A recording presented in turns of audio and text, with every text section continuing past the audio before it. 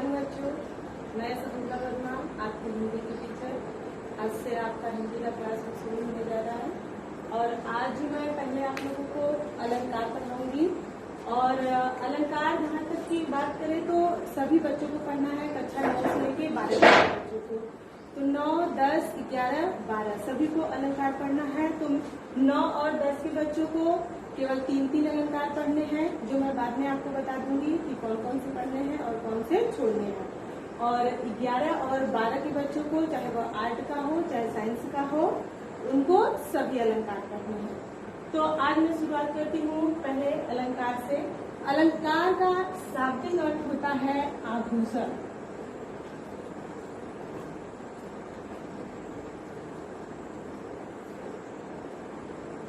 अलंकार का शाब्दिक अर्थ क्या होता है? आभूषण।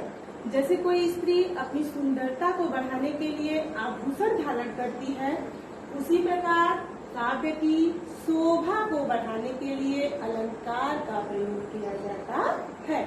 यानी काव्य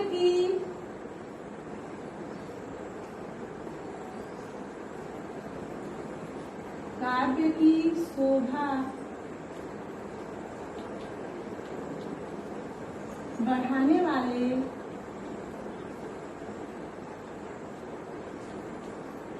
तत्वों को अलंकार कहते हैं।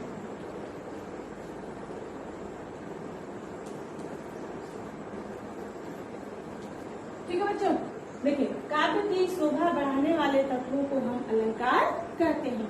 और ये अलंकार आपके होते हैं 2 प्रकार के। पहला आपका होता है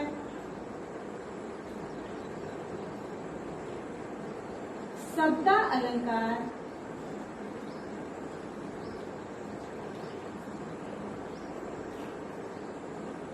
और दूसरा आपका होता है अर्था अलंकार।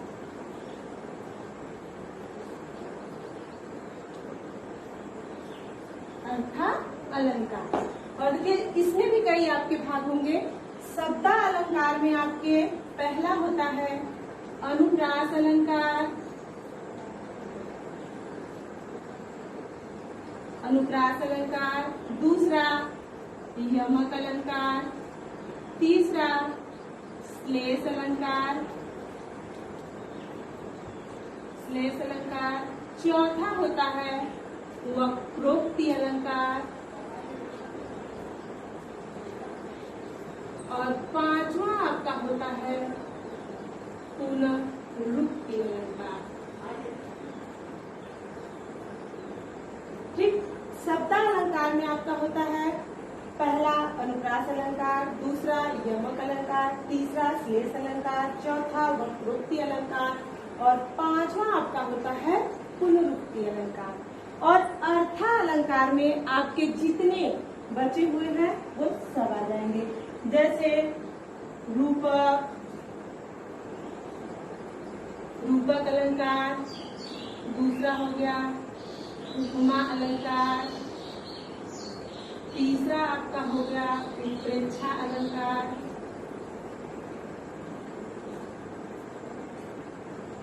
चौथा हो गया मानवीकरण,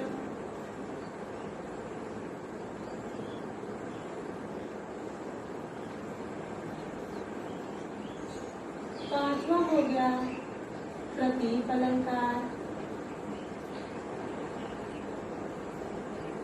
छठवां हो गया भ्रांतिमान,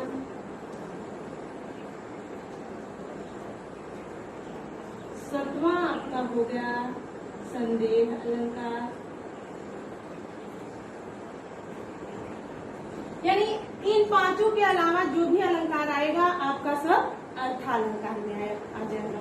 ठीक है, तो आज हम पहले देख लेते हैं शब्दा अलंकार। और मैं बता देती हूँ कि कक्षा 9 के बच्चों को, कक्षा 9 के बच्चों को पढ़ना है अनुप्रास, यमक और श्लेष। अनुप्रास, यमक और श्लेष कक्षा 9 के बच्चों को पढ़ना है और कक्षा 10 के बच्चों को पढ़ना है रूपक, उपमा और उत्प्रेक्षा। कक्षा 10 के बच्चों को रूपक, उपमा, उत्प्रेक्षा पढ़ना है और कक्षा 11 और 12 के बच्चों को सभी अलंकार पढ़ने हैं। को सभी अलंकार।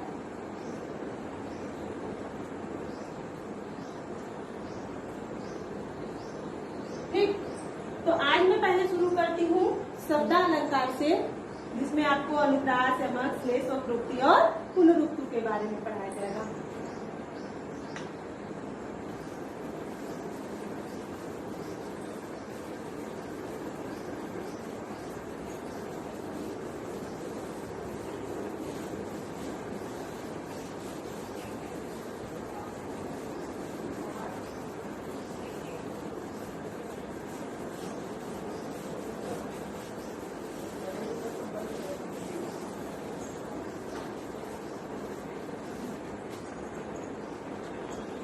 हम पहला अलंकार देखते हैं, अनुप्रास अलंकार।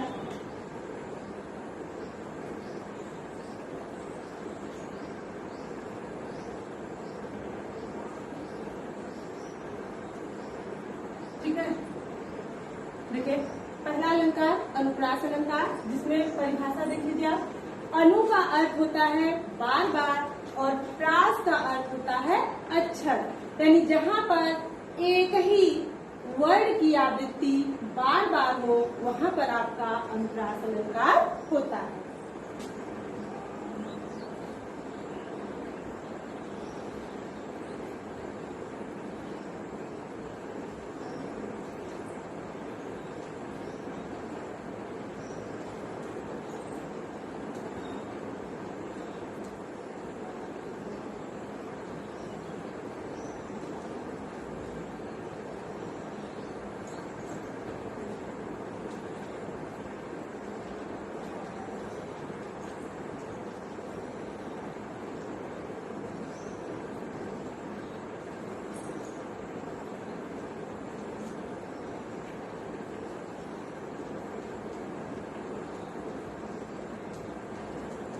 देखिए जहाँ पर एक ही वर्ण की आवृत्ति बार बार हो वहाँ पर अनुप्रास अलंकार होता है। अब हम उदाहरण के द्वारा समझेंगे कि कहाँ पर अनुप्रास अलंकार होता है।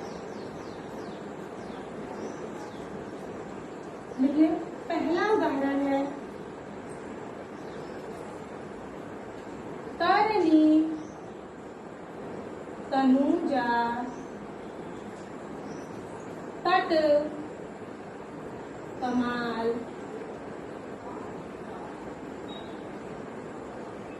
तरुवर बहु छाए। देखिए यहाँ पे त वर्ण की आवृत्ति हुई है।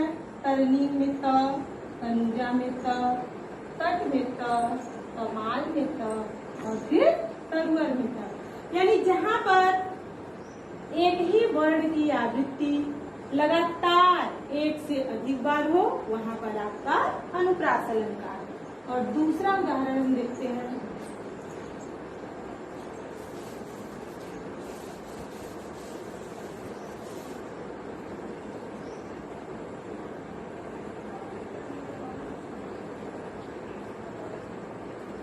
रघुपति राघव राजा राम। यहाँ पर आप देखिए दूसरा उदाहरण, यहाँ पर भी र वर्ण की आवृत्ति हो रही है, इसलिए यहाँ पर अनुप्रास अलंकार। एक और उदाहरण देख लेते हैं अनुप्रास अलंकार का।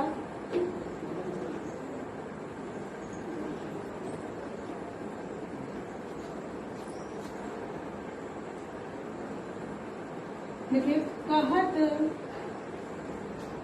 नटत रीझत खींचत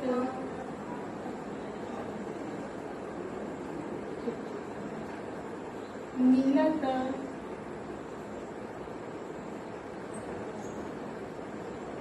खिलत लज्जियात।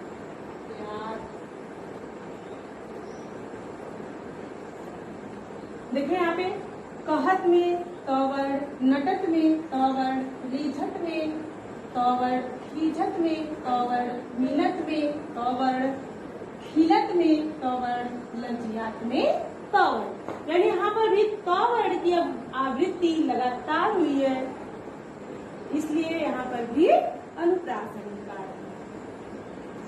अब आइए अगले अलंकार की तरफ हम बढ़ते हैं।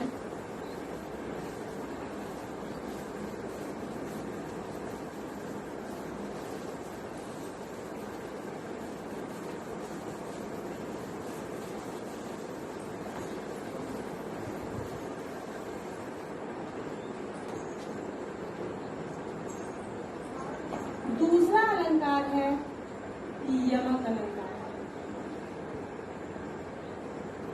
यमक अलंकार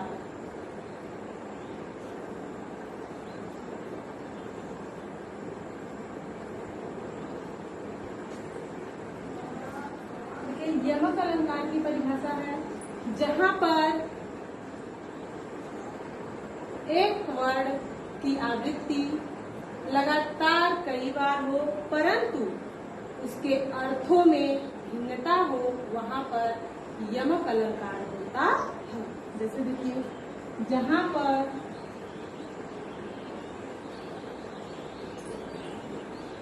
किसी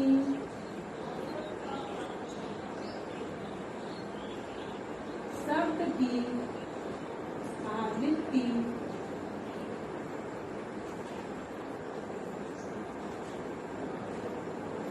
बार बार हो परंतु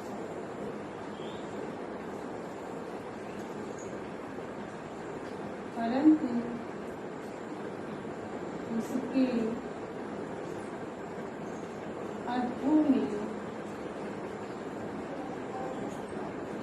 भिन्नता हो,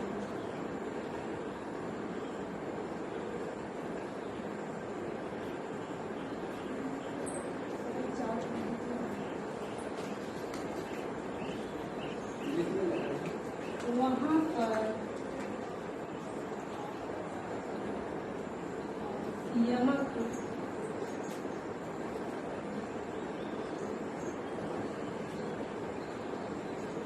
अलंकार होता है।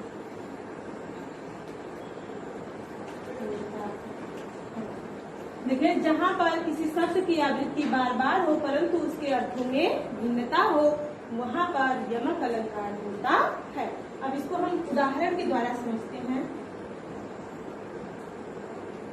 जैसे एक उदाहरण आप सभी लोग जानते होंगे, कनक कनक ते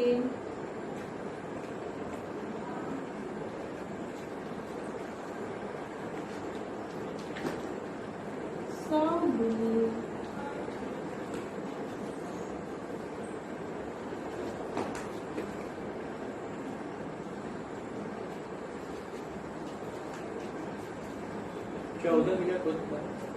माँ दत्ता अधिकार कितना लगाए? 14 लगाए लगा नहीं जाएंगे। या खाए गौरा,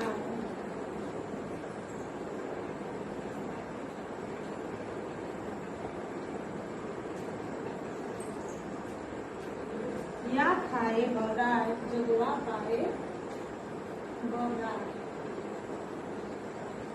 यहाँ पर देखिए, कनक कनक शब्द 2 बार आया है परंतु दोनों के अर्थ भिन्न भिन्न है। पहले कनक का अर्थ होता है सोना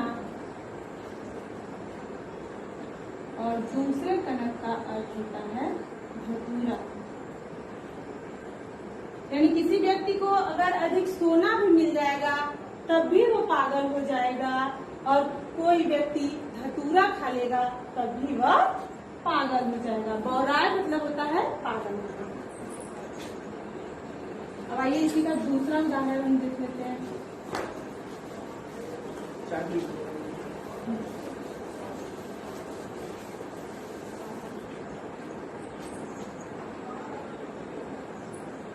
दूसरा उदाहरण देख लेते हैं। सजना है हमें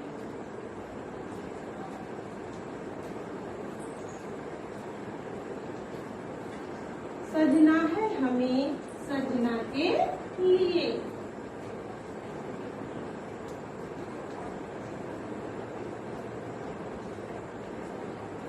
ठीक, देखिए दूसरा उदाहरण है सजना है हमें सजना के लिए, यानी एक सजना का अर्थ यहाँ पे हो गया पति और दूसरे सजना का यहाँ पर अर्थ हो गया श्रृंगार।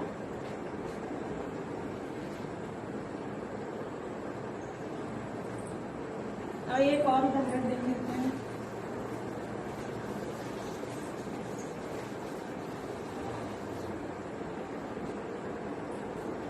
तीसरा उदाहरण हम देखते हैं। उद्धव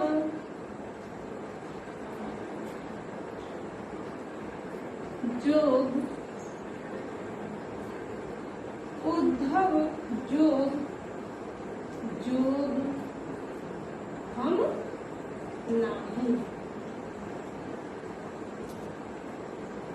यहाँ पर देखिए जोग शब्द दो बार आया है और दोनों जोग का अर्थ अलग अलग है। एक जोग का अर्थ है योग साधना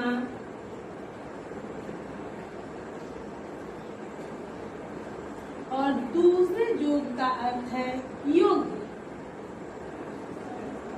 यानी गोपियां उद्धव जी से कह रही हैं कि हम आपके योग साधना के योग्य नहीं। यानी आप देखें जहाँ पर एक ही शब्द की आवृत्ति हो और दोनों के अर्थ अलग अलग हो, वहाँ पर आपका यह अलंकार होता है।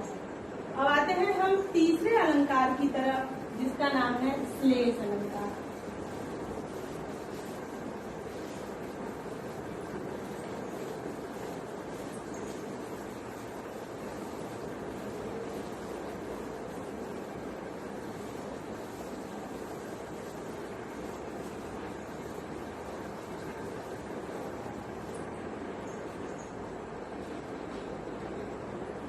देखिए तीसरा अलंकार आपका है श्लेष अलंकार।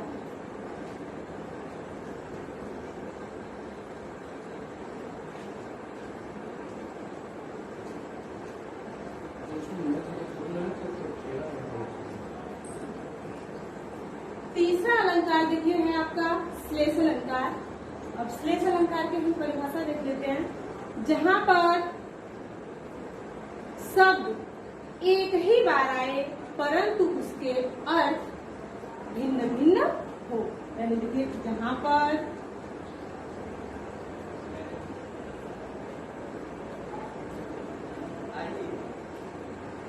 शब्द एक ही बार आए परंतु उसके अर्थ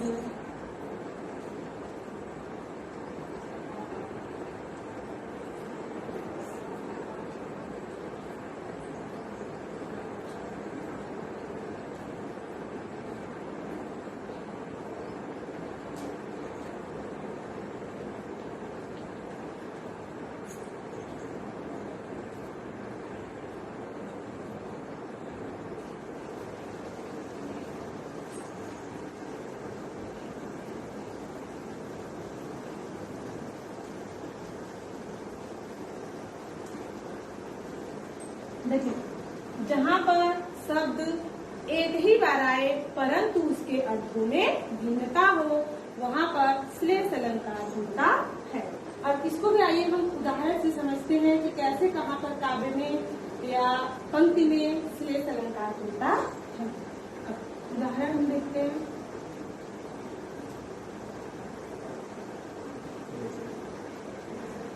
पहला उदाहरण रहीमन पानी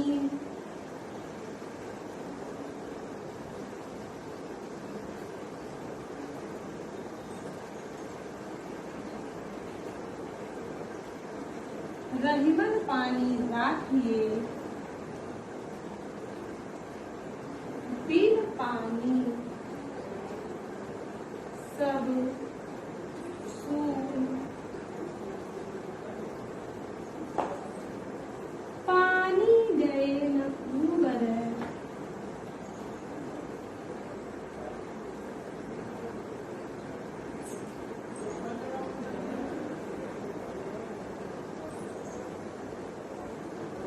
मोती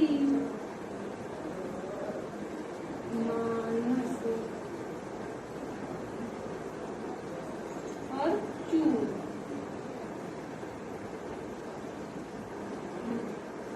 रहीमन पानी राखिए बिन पानी सब सून। पानी गए न उबरे मोती मानस चूर। देखिए पानी तो ये पंक्ति में एक ही बार है, लेकिन ये मोती मनुष्य और चून, चून माने होता है आटा, तीनों के लिए ये अलग अलग कार्य करता है। देखिए मोती जब तक जल में रहता है तब तक उसकी चमक होती है, और मनुष्य के लिए ये इज्जत है,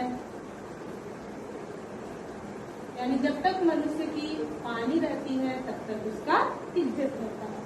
और तीसरा है आपका चून,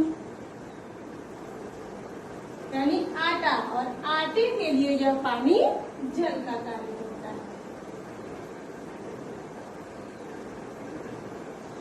ठीक, अब आइए दूसरा उदाहरण देख लेते हैं इसका।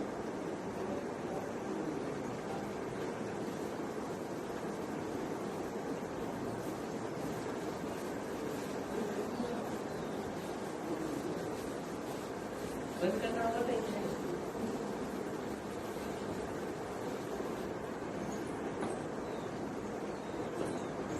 दूसरा उदाहरण इसका हम देख लेते हैं।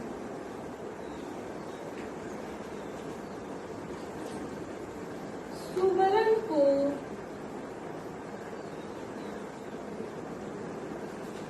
बंद करिए, लाइट कुछ ज्यादा बस करेंगे।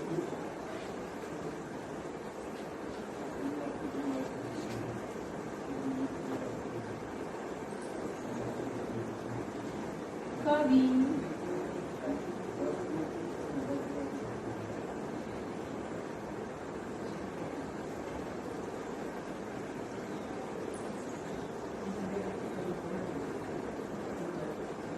देखिए सुवर्ण को खोजत फिरत कवि व्यभिचारी चोर। देखिए ये सुवर्ण तो एक ही बार पंक्ति में आया है, परंतु कवि व्यभिचारी और चोर तीनों के लिए इसका अर्थ अलग अलग हुआ। देखिए कवि इस सुवर्ण में क्या खोज रहा है? सुंदर वर्ण।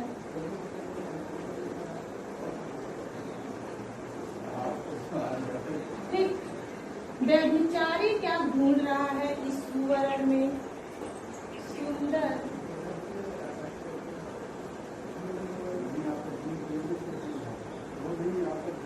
सुंदर स्त्री, और चोर इस सुवर्ण में ढूंढ रहा है आभूषण यानी सोना।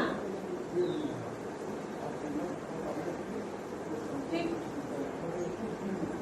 यहाँ पे आपने ये तीन अलंकार देखे, अनुदास, यमक और श्लेष। वक्रोक्ति और पुनरुक्ति का अभी इतना आपके 9, 10, 11, 12 तक की सिलेबस में प्रयोग नहीं है।